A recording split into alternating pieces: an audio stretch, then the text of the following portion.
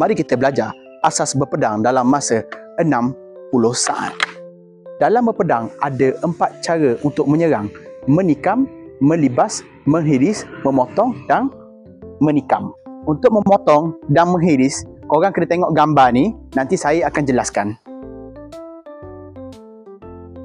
Menghiris dan memotong boleh berlaku daripada nombor 1 kepada nombor 2, nombor 3 kepada nombor 4, 5 kepada 1, 1 kepada 5. Ini adalah contohnya. Macam ni, macam ni, macam ni, macam ni, macam ni, macam ni. Ia boleh berlaku di pelbagai tempat. Korang juga boleh pakai satu tangan. 1, 2, 3, 4. Seperti yang saya kata tadi, serangan boleh berlaku di mana-mana point sahaja.